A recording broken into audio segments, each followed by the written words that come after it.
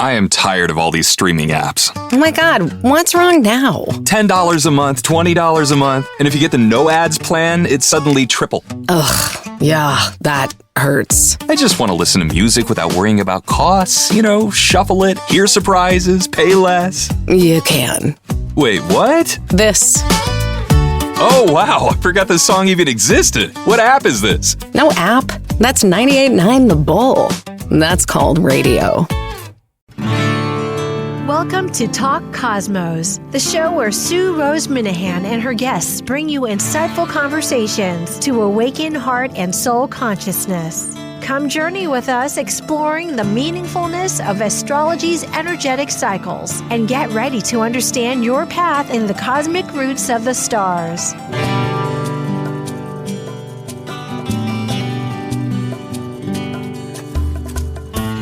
Hello, everybody. I'm Sue Minahan, Sue Rose Minahan, Talk Cosmos, and today is March 8th. We're just within that not finishing, but we're still in the eclipse energy. The nodes are still resting at that powerful 8 degrees. That lasts 2 months, and we'll bring that focus back to you during this program. And we're focusing on the new moon and the full moon, with the lunar beats, as we call it. However, there's really so many cycles. It's as powerful, really, but maybe not marquee value, but having this Piscean unity consciousness with the Libra and what's our relationships with ourselves and others is deeply powerfully resonating. And it wants to give us what are we valuing and providing that gives us that loving, supportive energy, the consciousness as we integrate these eclipse energies. Well, we'll get started. So much more to say, and I'm excited to do that with my great ear that you will soon connect with. Now, thank you. We're ready. Talk Cosmos explores the journey from the dark new moon to the full moon's blossomed brilliance. In this second week of the month, we look at the moon, our emotional anchor, as this personal planet weaves the past into the present through our memories, feelings, and habits. To decode this month's lunar beats shaping our world, let's meet the astrologers who will connect the moon's emotional story to our lives here on Earth. I'm Sue Rose Minahan, founder of Talk Cosmos since 2018. I'm an evolutionary astrologer, consultant, speaker, writer, vibrational astrology student, Dwarf Planet University graduate, Kepler Astrology Toastmasters Club charter member. I have a fine arts music degree plus a certificate in jazz. I'm an artist, musician, and certified color energy life coach. Especially, I love mythology and esoteric philosophies. I'm Amanda Pierce. I'm a soul-centered astrologer, blending intuition into my practice. I believe the universe is always working for our highest good and seek to empower my clients in our readings. I teach a 4-week series of empowerment-based meditation classes that connect you deeper into your own intuition and innate power. I work in communications with a passion for employee experience. I also have a BA in psychology. I'm passionate about healing and enjoy helping others create new realities and shift old paradigms. And like the Sufi poet Rumi says, you are the entire ocean in a drop. Well, isn't that appropriate for Pisces? It sure is. Hi, Amanda. Hi, nice to be here with you. It always is. And I was reflecting, I think so much to say. We're in that Mercury retrograde time, although today, is it today? Well, at any rate, we'll find out all this energies. Can't say it all at one moment. It's like burbled out of me. Well, let's begin. We can do it. Okay, there we are. 2 moons, the last of the 28 degrees for 6 months, here, 28 degrees and 27 minutes of Pisces on the 18th of March. And then 2 weeks later, at the very beginning of April, on what some people call April Fool's Day, the Libra Full Moon at 12 degrees, 21 degrees, 21 minutes. Think, Sue, I'm saying too many things. And this is daylight savings time. I noticed that, here in Hawaii, we don't have it, but I neglect it. So it is daylight savings time for most of the world. This shows the phases. Last year we did the 4 phases, and of course there are 8 incrementally, but the 2 are powerful, and it really gives a story. Yes? Absolutely, yeah. And we're starting out with that Pisces energy, and there's so much Pisces going around right now, and then we're bridging into the Aries, which is also pretty prominent. So excited to really dive into that. The seeds, yes, the unity, and then the seeds going forth. Well, we'll look at it a little bit more here. We review what's in direct motion, everything except for Mercury.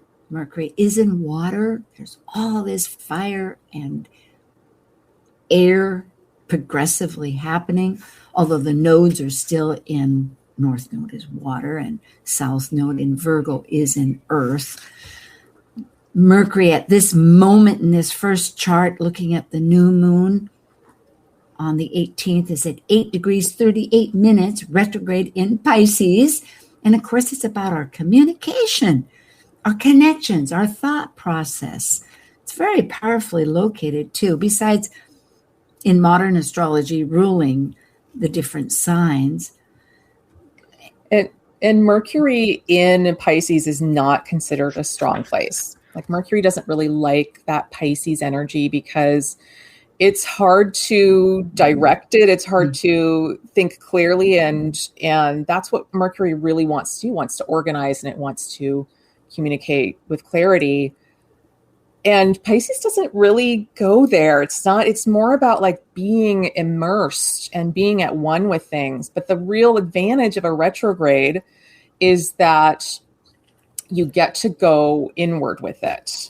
And I think that is, if I might jump in, Amanda, the gift of this, because there's got to be a reason why we're being given these antidotes, you might say, and in the astrological celestial sky, because by using our intuition, by looking at what prompts our attention to gaze, it isn't just collecting perhaps maybe data, but it's collecting input.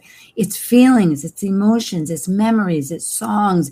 It's what comes to us through music, all those Piscean energies, looking at artwork and getting a fuller picture of something that we wish to then, which is challenging.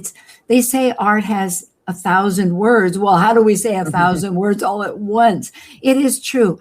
But that we're in this retrograde time, and the post shadow will end on the 10th of April.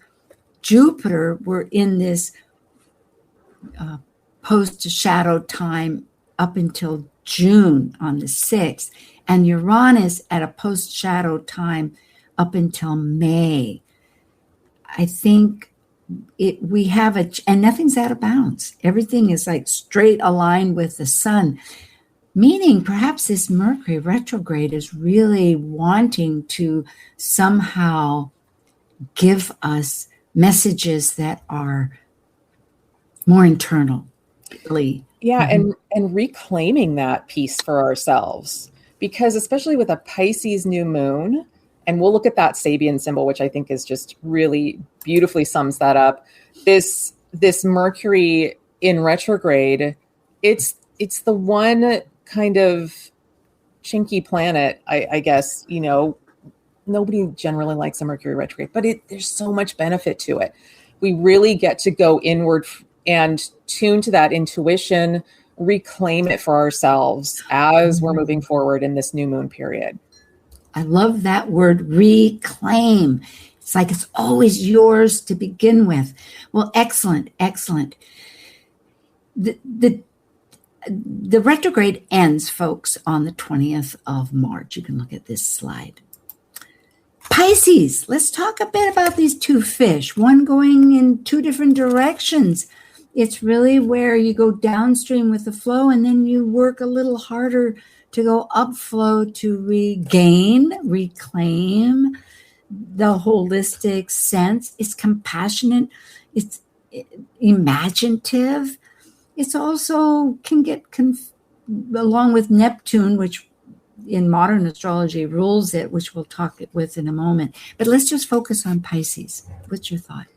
Yeah, I mean, it's incredibly sensitive. It's imaginative, really tuned to the spiritual world and to that connection with the universe. And at its best, it's really in flow, in co-creation with the universe.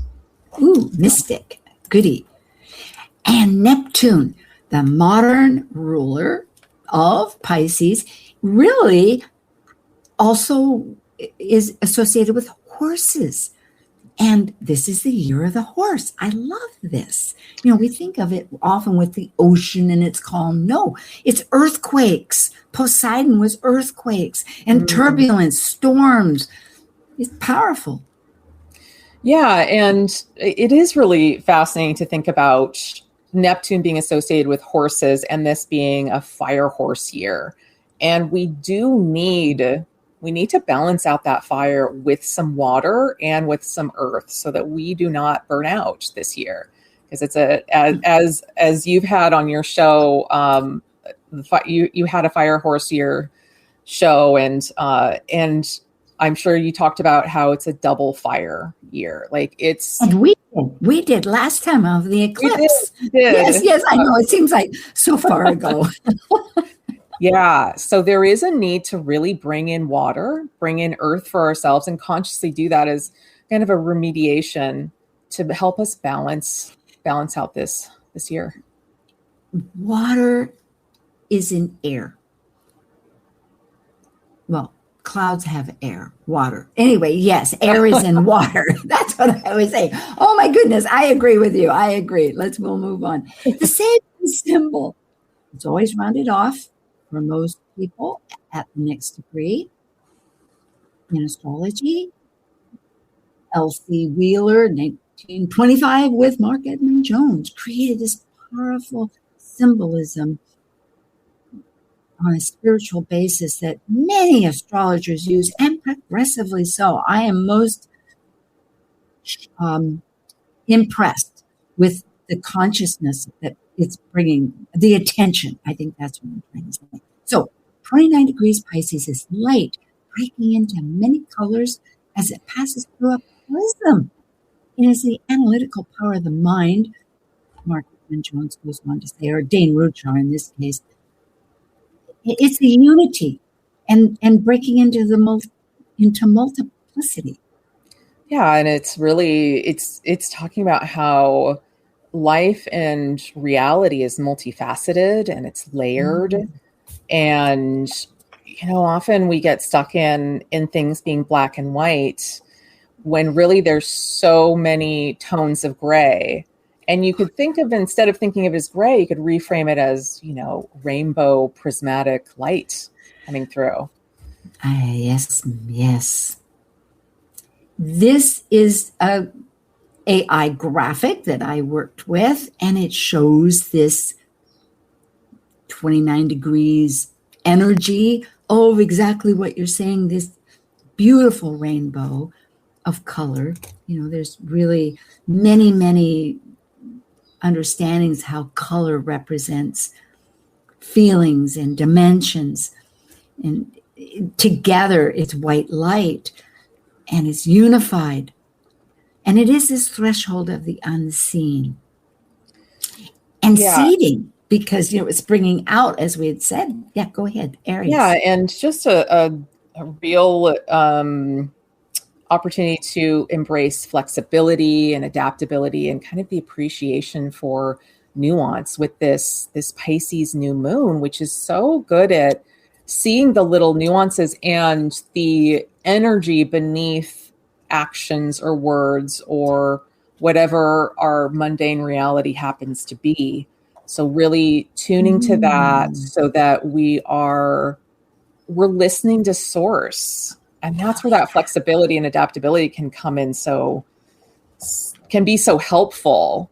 We may need to pivot if we get a nudge from source to say something, or the universe to say something, or do something a little bit differently. I love that word pivot. It embraces all the elements. It embraces the flexibility of mutable energy, which of course the nodes are in, and this moon is in, new moon, Pisces. It also accentuates cardinal activity, which one needs, which in a sense, it all relates. And you're standing on something. Well, how do you pivot? I guess anyway, I love it. Let's look at the chart. Well, you trust also, right? The pivot, part of the pivot is trusting that that the nudge you're getting, the direction you're being asked to go is the right one. And that's part of that fire horse energy too, is not stalling, taking that risk, but also making sure that you're grounded in it. Accessing the environment. It is a very, you're either walking or galloping, perhaps, or trotting, whatever, as you go through life. And it also supports this whole idea of trusting and the nuances of what impact is happening. The new moon in Pisces will be 28 degrees and 27 minutes, happening on the 18th of March. That's just a few days before the equinox. And on the Eastern time zone, in daylight time, it'll be in the evening at 9:23 p.m. And I chose this particular aspect to first talk about because it involves the sun and the moon, which happens to be in this mini grand trine between Uranus and Pluto, which will be at an exact trine, which is be very powerful and something important for us all to work with. It's very supportive progressively this year and next year, because they were conjunct back in 1964 to 66 at 16 degrees Virgo. They were square during 2012 to 2015 in Aries, I think it was. Anyway, was it Aries? Oh my goodness. Anyway, they were square. Let me think. Yes, it was. No. It would have been, yes, Aries. Aries square to Capricorn is what it was, because, that's what it was. So now they're going to be trine in air. Meanwhile, this Pisces moon, along with the brand new mintly minted Aries, Saturn, Neptune in Aries, it's all combined. And you can see in this chart, there's a lot of Aries in there, and there's a lot of Pisces in there. So we're still bridging that gap a little bit while we're moving into this new Aries world with Neptune and Saturn. We still have this Pisces dreaminess going on that we can really, really use to help us formulate that dream. We're still very newly in this energy. You don't have to have all your dreams formed completely at this point. Good. And why would we really? That supports the whole memory that the advantage of what energy we're moving into is using the consciousness of the universe in however you witness that to aid your path. That yes, we have our intentions, and that's really what this new moon is about, is setting intentions. And a big reason why, Amanda, you and I are sharing with our audience the meaningfulness of how to understand how it might register with them, because to our plans get shared along the path. We get messages. And that's the beauty, the strength of using the universe as our partner. And sometimes it's just you get one piece of the message and you have to follow it, and then you'll get another piece down the road, and you don't get the full image right away. And that's about trusting the universe, and that is also a piece of that Pisces energy. And this is also the first new moon since we've had the 2 eclipses, since Neptune and Saturn have shifted into Aries and been conjunct at that 0 Aries point. So this is like it's the first new moon in this new era, in a way to say. And we'll go into more of its powerfulness. Yes, indeed. Yeah. Before here.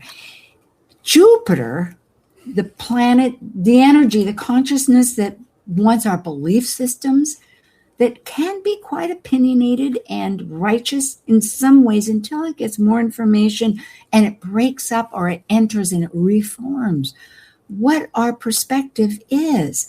And here we're getting a lot of activation through what values are for ourself, and what's our identity, because Venus is right at that midpoint at 15 degrees Aries. And also the supportive flow coming from Mars in looking at the big spectrum of things, the wider unity in Pisces, and they're both water signs, trying to reform the story. And the strategy. It's very complex. Yeah. And I think the Venus moving into Aries, it's the first personal planet that has moved into Aries since the Neptune and Saturn were conjunct at that 0 Aries point, and which is ushering in this new era for ourselves. And so Venus coming in really is kind of personalizing this for us. And Venus is it's the great attractor, it's the yin principle, and it represents relationships. So with this Aries energy, which is very it's pioneering, and so bringing Venus in right now gives us an opportunity to rethink, how are we doing our relationships and what needs to change? And Venus in Aries, it's all about, what do I want? What do I value? Exactly. Thank you. Because in every relationship, I know Libra, my blog that I just sent out focused on this a bit, because Libra wonderfully is very centered on the other, on something other than self. However, the shadow side can be externalized so much as to trying to gravitate and to adjust, their actions, or coordinate or blend with that other. And the real truth of the fact is that the polarity, which gives that whole strength to it, is the self. And the self needs to have its values intact, which that is your identity. And that changes. But we're in a fire horse lunar year, which is fire. It all supports it. It's a number 1 year. And more than that, this 28 degrees, this is the last one. And that adds a huge focus, because they were bookend. And I'll show this. The 28 degrees harmonic clock, you could say, started back in October 21st, I think, or 20th of 2025 at the new moon in Libra, which is about the same. Now we're at the full moon, which we will be talking about in this whole phase. And it finishes this, it's the second bookend, you might say, to the 28 degrees. And at 28 degrees of any archetypal sign, you've had a lot of experiences during the month to embrace, and to end up almost saying, well, really, what was that story? What did I learn? What are my new intentions for it? So this 28 degree new moon is really giving us the totality. What seeds do I want to bring forth? Yeah. And if you look at the number 28 in numerology, 2 + 8 = 10, which is a 1 vibration. And so for the last 6 months, this 1 vibration has kind of been bridging us forward to this new era of Aries and Fire Horse, and kind of ushering in that sense of what do we need to do for ourselves to get ready for this. And this is that final one. It is an amazing synchronicity, or I don't know if it's synchronicity. It is from ours, but it's the celestial clock of the universe has its orbital truth. We're merely trying to understand the meaningfulness and to see how to make it successful and bring creativity into our life. It's beautiful the way that the universe kind of layers in the lessons and brings it into this. It's so multifaceted, again, about that rainbow prism. There's so many different layers of us learning and growing together, and yet it all kind of flows into this nice harmony. It does, because there hasn't been a 6-month period at the same degree, perhaps ever. I know I looked at that myself last year wondering, I can't believe this. And then I happened to listen to Rick Levine's and Steve Judd in England. And Steve Judd, who's been an active professional astrologer for many years, said, it's never happened before. I thought, really? I wonder. I guess because I had also seen this and been wondering. And I asked AI, and this is what AI came up with. I tweaked it a little bit. And folks, you can look at it yourself. But there is, at this 6-month period, the 28 degrees, and it's locking in a sense, asking how have we integrated this, each archetypal part, because it's inclusive. You know, we need to have all our parts. Eris, anyway, we'll talk about that in the next half hour.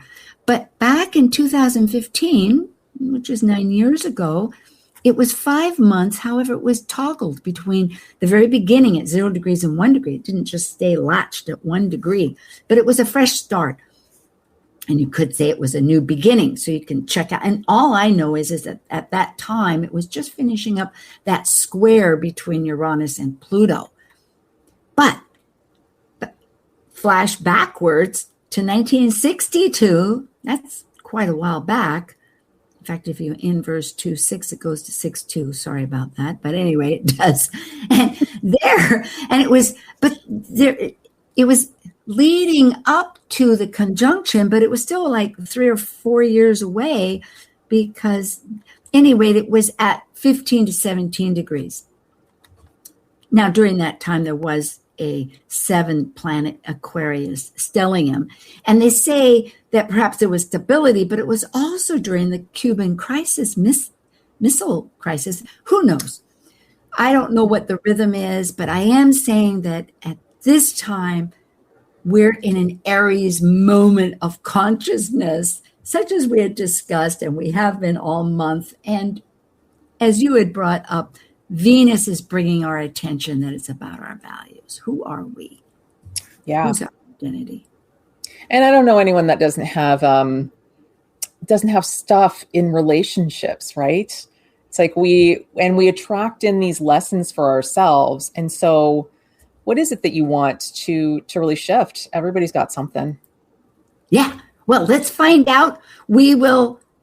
Oh my gosh. Okay. Before we leave, I'm going to leave you folks. You can go back to this. This is the U.S. Yes, there's a lot going on because those nodes are staying at 8 degrees, and it's affecting our natal Uranus in this at 8 degrees Gemini. So it's very flexible and it's really authentic. Uranus push come to shove wants what's happening right now to be authentically true. So those values are really helping as we transform. Okay, Amanda, I'll see you in a few minutes. Everybody, return with us. We have so much more. Thanks. While we take a break from this week's edition of Talk Cosmos, let's take a look at this cycle's archetype. We are currently in the yin period of Pisces, ruled modernly by Neptune and by Jupiter in traditional astrology of the ancients.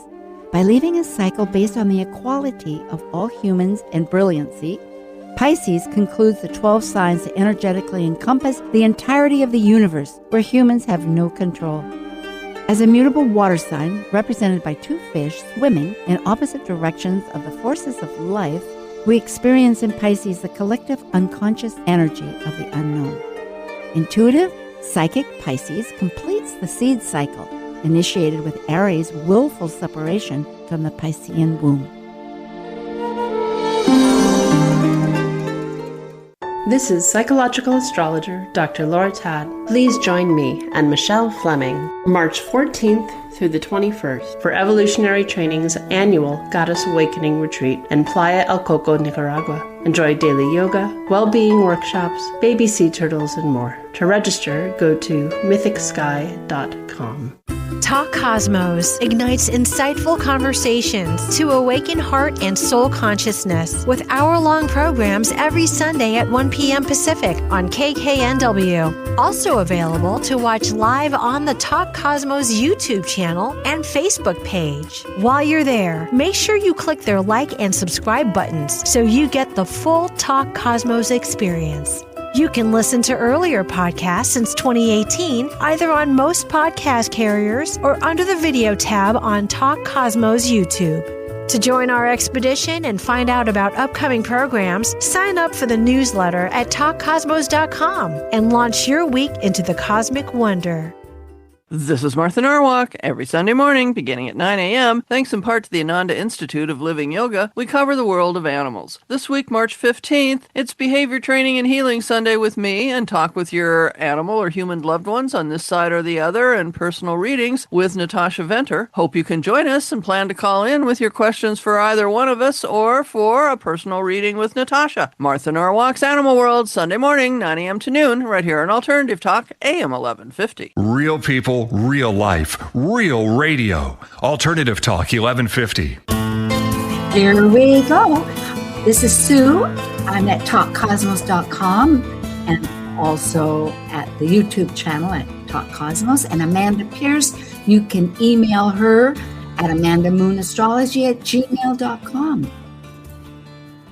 The past, oh gosh, it's been intense. We've got the Capricorn Venus star point, the Saturn Neptune Aries conjunction in several ways, vibrationally speaking, and with Dr. Stormy Grace. There was the eclipse with Amanda for Aquarius, and then also and the fire horse with Jen Ing. And then also you can see the lunar eclipse again with Lillian Bennett and Dr. Tad. And coming up next week will be Astro Jam, the first time, and we're for this year, and we're going to focus on fire horse events. Who knows when and how and what, but it'll be always dynamic. And then, of course, we have the spring equinox vibrations. Karen Wenderlin returns, and next month for Uranus and Gemini, that is here to stay for 7 years, the great Mark Jones with Dr. Tad. Moon Journal is a wonderful lunar cycle self-reflection tool. It has guidelines inside and meditations, something that Dr. Tad has created. So you might check that out on her mythicsky.com. Hey, here we are, Amanda, as we reflect in this mercurial moment, still you and I talking while Mercury is doing its Piscean retrograde, flashing on all kinds of thoughts. It's really exciting. Reflective curiosity, because the moon does reflect the sun's energy. Just to bring that up to folks, it's our past regulator of time. It's our emotional strengths, our weaknesses, our stories.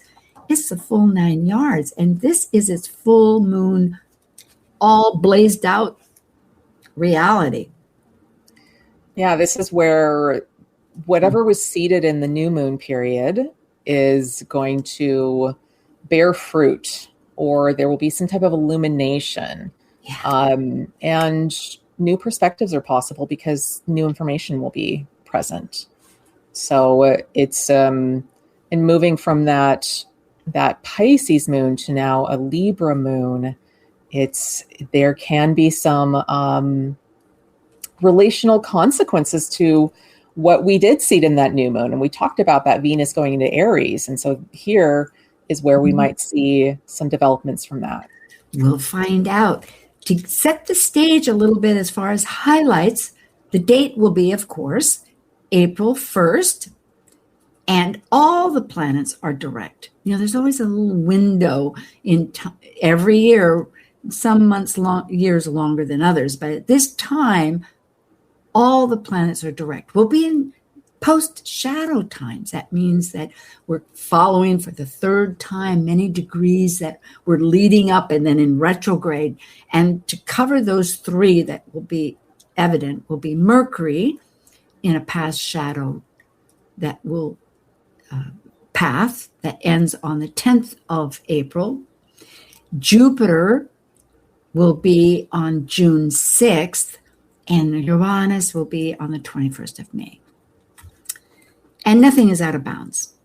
Well, looking at it, I couldn't help myself. This is a fun graphic. We have, as you will see, this will be more evident once you see the chart, but we have Jupiter, just as you were bringing up about trying to not find, but Amanda, your comment reminded me, and we've been talking about this, what's our belief systems? What's our philosophy of life? What's our story? And here, Jupiter, that's helping out in Cancer, is the negotiator along with Mercury feeding it energy. And along with that, Mars, it's activating. It's all pretty strong. But yeah, and Jupiter, which had just recently been retrograde, now in its shadow, as you mentioned, in Cancer, Cancer is our roots. And so there's this reclaiming of our roots that has been happening. And we're still in that shadow period. So there's still an integration piece coming up, and some things that maybe have needed to be rooted out so that we can move forward and create these new dreams and this new reality for ourselves that this Neptune in Saturn Aries era is bringing forward. Absolutely. And yes, it's a deep process of looking at really. We'll continue. I'll add my thoughts. Sabian symbol for 13 degrees is children blowing soap bubbles. And it was really about imagination. And imagination, though, not to overlook, but to really center, that is what fuels our manifestation with power to envision what is possible, what is capable, what would the potentialities be. There have even been movies that I remember one, I can't remember which it was, that had 3 or 4 different endings. And in fact, I think Outlander, for those that are following it, said that the cast had to fulfill many different endings so that they wouldn't even know how the ending is. But that's the truth. Even by going to psychics, which for those of us that may or be, it really depends on what outcomes manifest to really know the potentials. There's so many inputs. Yeah, and this children blowing soap bubbles, there's such an innocence to it. Just that joy of play and creativity and kind of lightness of being. And also there's this piece around not holding too tightly to things, and because experiences are transient, like our belongings are transient, and to allow them to just be and go with the flow. I love how these bubbles, in this picture and generally when you blow a bubble, there is that prismatic rainbow quality. So this ties so nicely into that new moon Sabian symbol of the rainbow prism. I love this. And I'm reminded too, to folk that we have free will. It's our free will that adjusts, and that's the gift. You go back into mythology, however it is, but we do have that opportunity.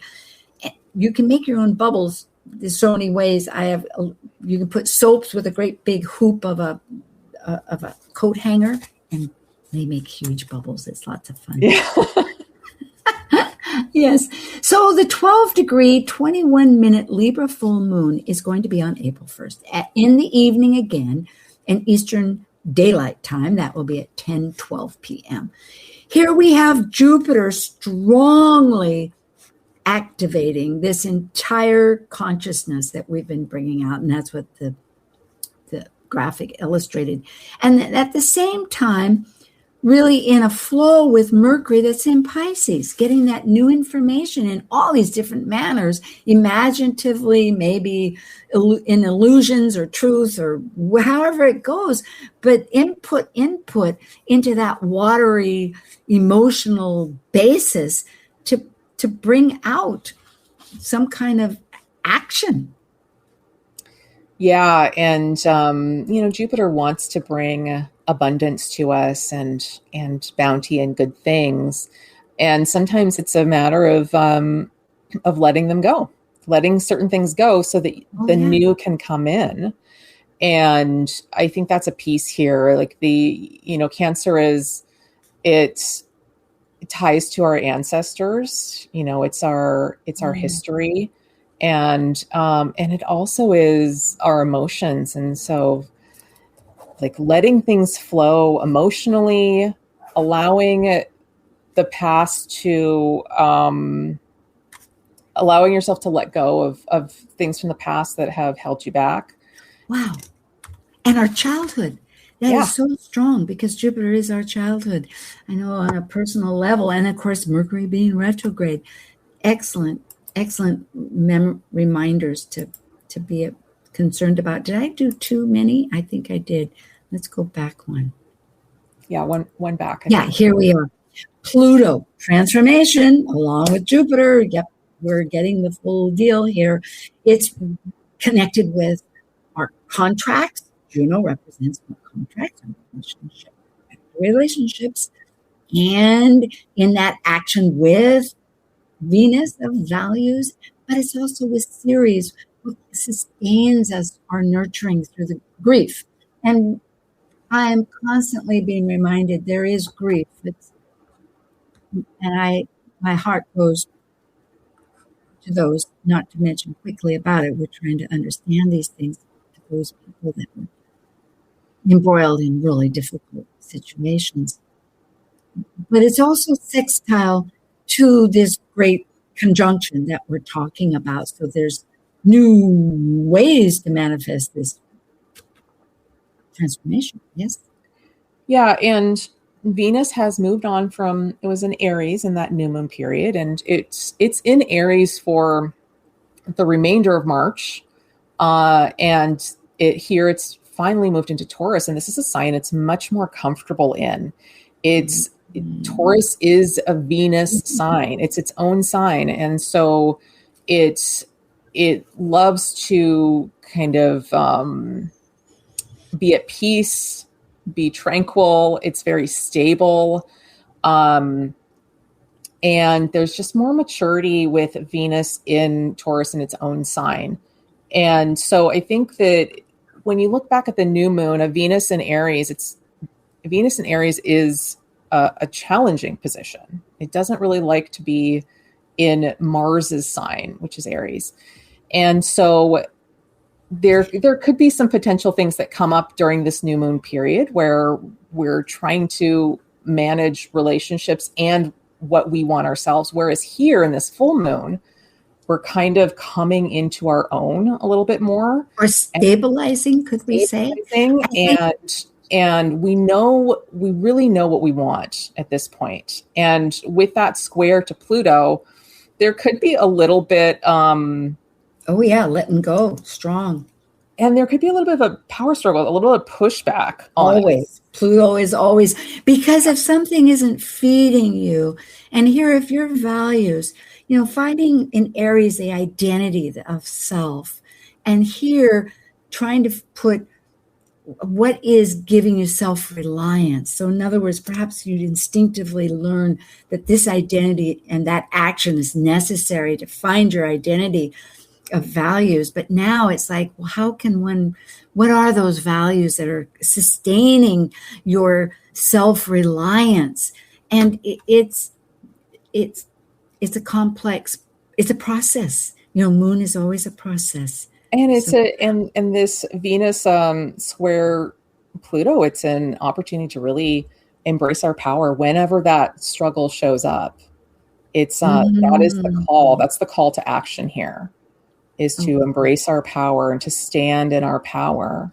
And to have that self-worth, isn't it? Yeah, exactly. Stand for what we value and know that we're worth it. Courage, folks. Yes. Okay. Yeah. Well, here we have essentially, I think we've put it in a nutshell, but it's a learning process because this is a learning triangle. I learned that from Rick Levine, listening to him. Always give credit. And I looked it up, and sure enough, you have an action-oriented square, you have a flow going with a trine, and then you have an inconjunct, which says salt, pepper, how much, oil, vinegar. Yeah, we're mixing these things up. Because the point is that moon is very involved, as we know, activating with Jupiter.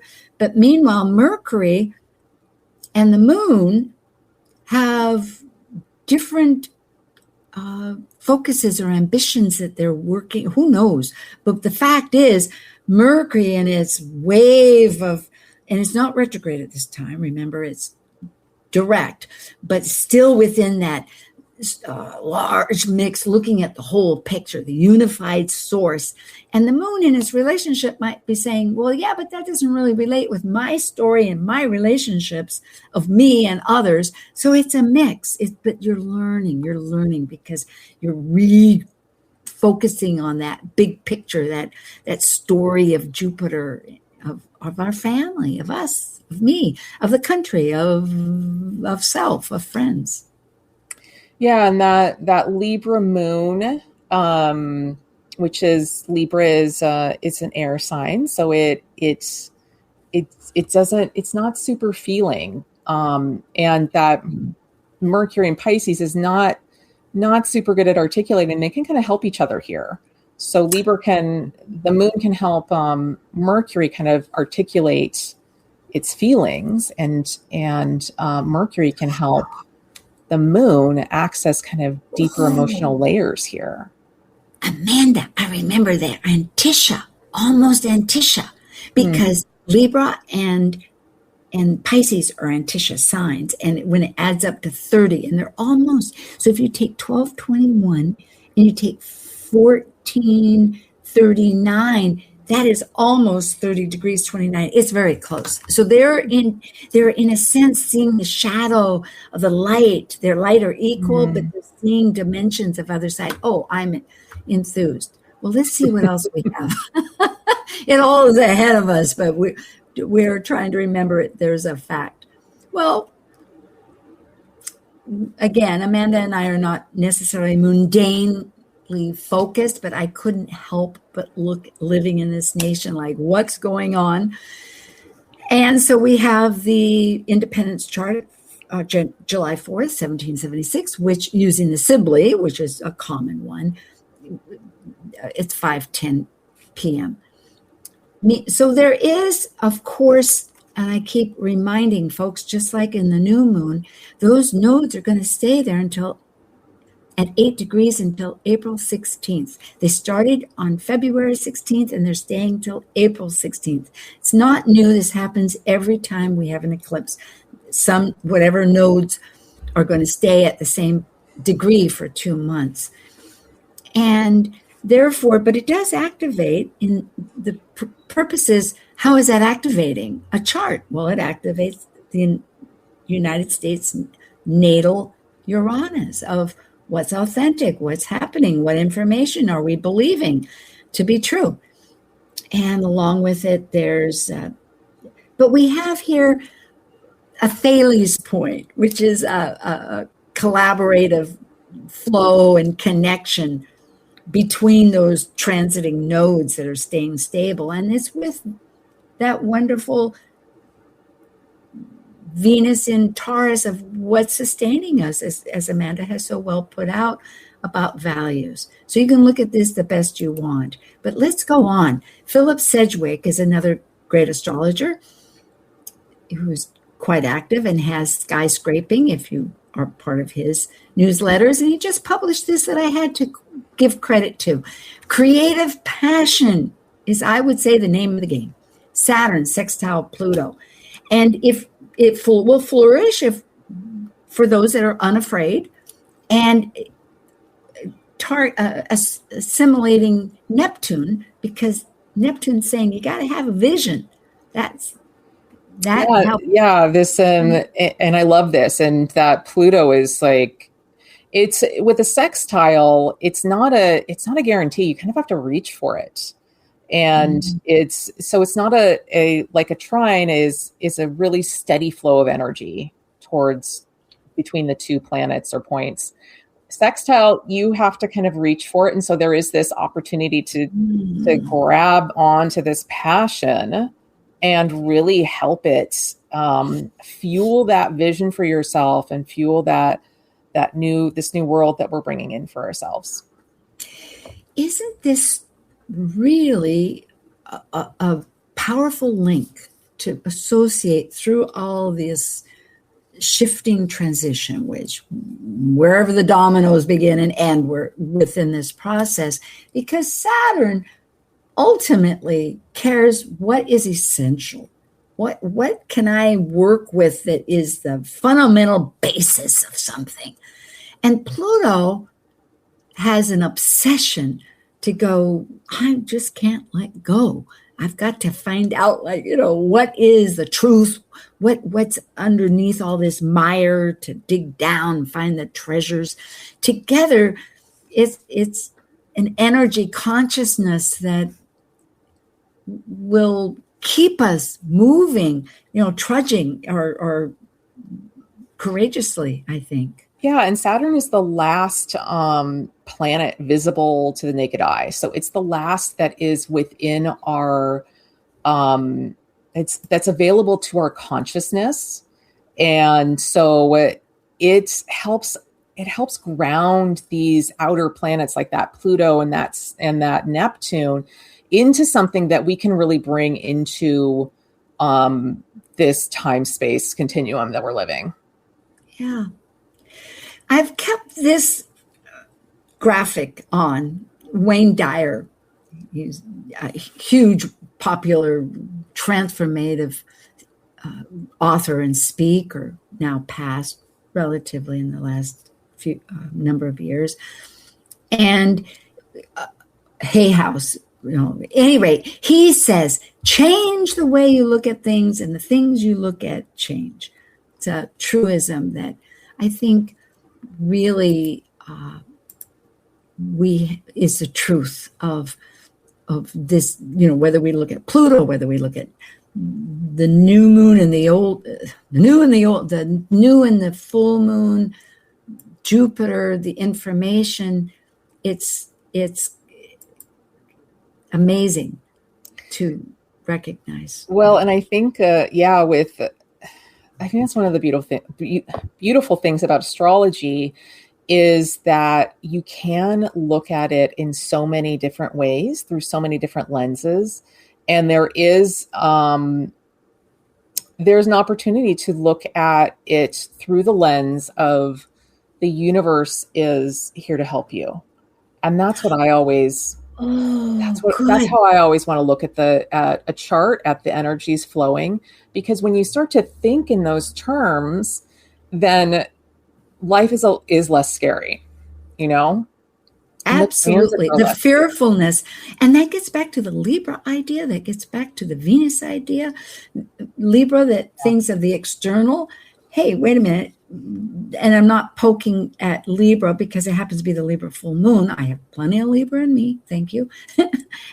But it is because, and I am saying that the gift here is to realize that if we focus though on the external, then it can become fearful because we don't have the power. It goes back into the idea of Pluto to realize, and in that whole transformation, it's also Venus, which is the love factor. What do we love in life that we feel gives us that desire that we can feel? Because through feeling, we get that manifestation. And it is by centering within. It is our own value structure. Yeah. There is meaningfulness, and I think there's creativity involved. We have Mercury. We will work through this. Thank you, Amanda Pierce. Well, thank you, Sue. It was lovely to be here with you and with everybody watching. Yes, indeed. So, folks, lead on through the seeds of the Pisces. We'll find the relationship of going forth this month. Wishing you all the best. Thank you. See you next month. Thank you for joining this vibrant and insightful conversation on Talk Cosmos, the show where Sue Rose Minahan and her guests awaken consciousness by connecting heart and soul consciousness patterns with astrology's energetic cycles. Be sure to tune in next week, same time, same place, to continue your journey through the roots of the cosmic pathway.